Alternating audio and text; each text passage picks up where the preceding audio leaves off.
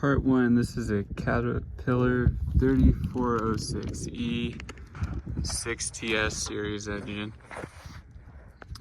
Changing the wiring harness, the inner valve cover harness in here. Do the best demonstration videos I can. I'd recommend you watch Adept Apes channel for better example of how to get this housing out. But it's very easy. It's these bolts first, which this is I think it's like a 14 millimeter. Sorry it's dark, but that's like a 12 pin bolt there, 12 point bolt. And let's see that. And then that's a 19 millimeter. And these two back ones are, let's see, 22. And it goes in this order right here. These two, and then these two end ones. And they're torqued to 80 foot-pounds. When you put them on, and you gotta get those electrical pins right there, and you tighten those as best you can. Just with the hand screwdriver. Don't over torque them with the wrench. And when you get this out, show you the next step will be taking all the valve covers off, and then the valve cover base, and those are all torqued to 13 foot-pounds, best I understand. All right, we're continuing. Just want to show you everyone, because people usually leave it out. This is everything you got to take out to be able to get to your valve cover base. You got to take the cover, the jake housing out, and your injectors. While you're at it, you can replace, check all your seals on your injectors. A lot of them, the bottom one will be missing because that disintegrates in the carbon. See, I thought I had another one at the bottom. No, missing. Nope. Yeah, but I got all new O-rings. It's just a good idea. That way you'll have no smoke unless you got other issues. And this harness, a little tricky to get out. You really just gotta pull it through this tiny opening you have right there, and it's got all these T's and bends in them. And so when you're installing the new one the same way, you kind of just gotta pull it through, but just be mindful, that you're not gonna snap any of these off. Just do as carefully as you possibly could. And if you have an old housing, I don't know if you can really see the colors on here. I plan to first match them with this, but they're completely different colors. But I think the idea they had in mind was to see how this comes out differently.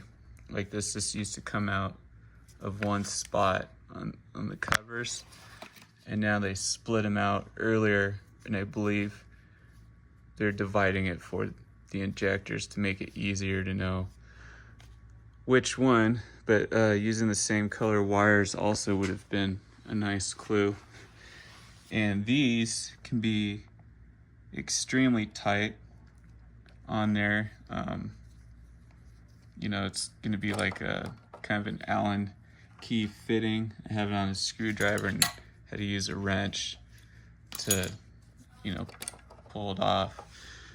So that's it. You got, basically when you get all that out, then you just got those bolts and one long one, and you can pull this right off. Sometimes you need a pry bar to just split it, because the gasket could be sealed pretty tight. It's also a good idea to get a new gasket, but I did not. I never see any leaks on it. It's probably fine. I think it's new anyway from when I got my head replaced, so it's only about a year old. But yeah, that'd show you how the harness goes on, because everyone else skips that part. You got these little clamps here that you just split open with the flat head to take it out, and then you just pop the new one right in and then pinch it closed, and then you can tighten it to the base. And then you also want to bend them. And when I got this, when I took it out, they were bent close, down, covering the face of the bolt. So you want to close them in tightly, get everything as close to the wall as you can. I'm suspecting so, the valves hit them when they're moving around. You don't want anything touching these covers here. So I might even loosen some of these up and just try and get it, all close and out of the way here. And that's how you get your wire through. Get another update on this when I get it put together. Hope that helps. Alright, got an update on the 3406E engine, and this credit is actually go to Weaver's Garage YouTube channel. I'm kind of kicking myself in the head because I watched that video quite some time ago and kind of forgot about it and what it was about, but it's about this new harness design that I showed you earlier, how I ran it along the bottom against the wall. Well, this new design with the T-splits here, which is a better design, wasn't reaching the injectors, and I almost had to take this whole housing back off again. But I was able to bend the little clamps that they fit into and get the wiring up under each valve cover, and you're supposed to now zip tie them to these top little dang man, it's laid out here, those little fasteners there. And I guess it's just safe to zip tie them. I don't really like trusting that, so maybe I'll switch some chicken wire later. Whatever's most reliable. As long as the zip tie holds, it's fine, but I'm a little afraid of the heat factor. Anyway, that's how you do the new harness, because if you don't do it like this, your wires will come up short of the injectors. And as you can see, everything fits pretty tight. But I called Kat, had a mechanic explain that to me, and then I came across that video again, thanks to Weaver's Garage. Anyway, after you put this all back together and you plug it back in, you need to prime your fuel system, or the truck's not going to start for quite a while, until it gets fuel cycled all the way through it. Gosh damn this lighting, bro. So it's right there. Okay, looks like we're back in action. Took about 3 turns.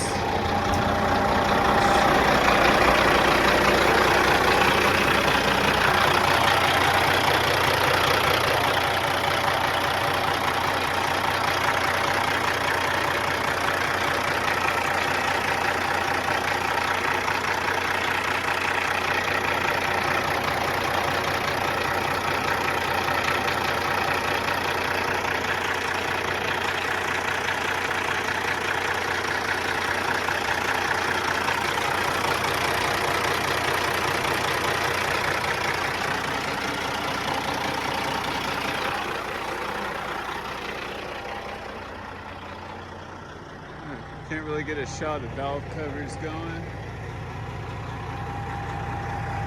Thing seems to be all right.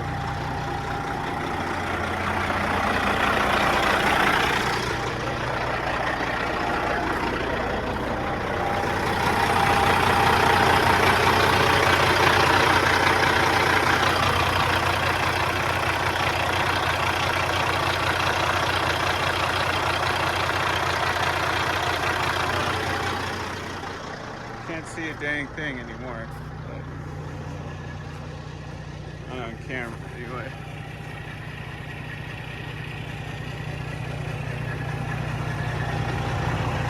A little bit of smoke. It's normal. And it hasn't run for a while. It's been apart. It's normal. Hopefully we can complete a trip tomorrow. So far there's no lights. That's a good sign it's at least put back together correctly. Alright, hope this video helped. Just a little bit of guidance for people doing this first time. See ya. Welcome back. That was officially the problem. The truck runs perfect again. Took about an hour drive in over 100-degree weather and never had a problem. So that was officially it. And even though it took me some extra time and some extra time away from working, I still think it was worth it with the way shop rates are now. Plus, could have done it quicker, but I had other stuff to do. So if you got a full list of things you have at home and you can afford some time off and to take projects slow,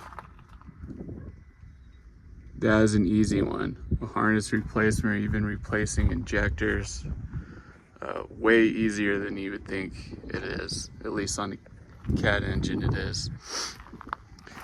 But honestly, if I can do it, because I wish I was a better mechanic, but I'm just not as good as I wish I was. I'm pretty sure almost anyone can do it. And YouTube was, that was my school.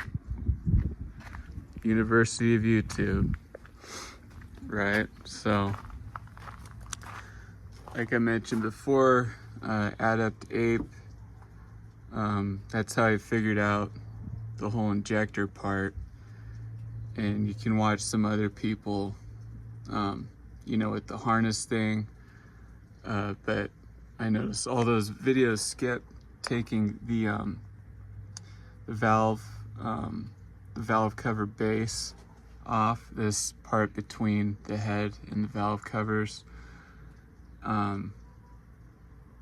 So, some people have it off while they're installing wires in there, but yeah, just remember to route it correctly, because it's different now than the way it used to be. I think that changed somewhere between 2 and 4 years ago. But ultimately, I think it's a better design.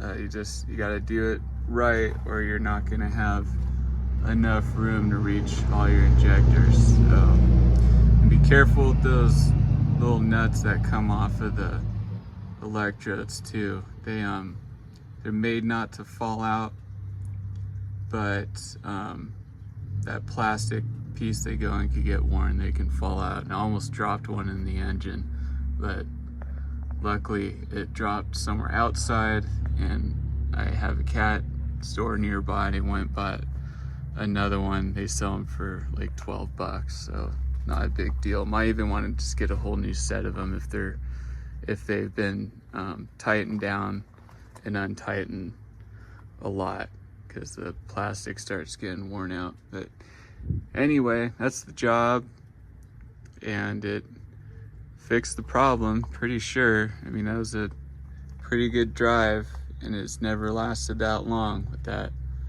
issue. So You know, it only lasts, I got it down to only lasting like 10 minutes driving. So it was a lot of highway driving, some streets. I really just went to the store. We live out of town, but it's like a half-hour drive, mostly highway. So that's it. Good luck if that's your project. It's about $330 for that harness, and free labor. All right, good luck.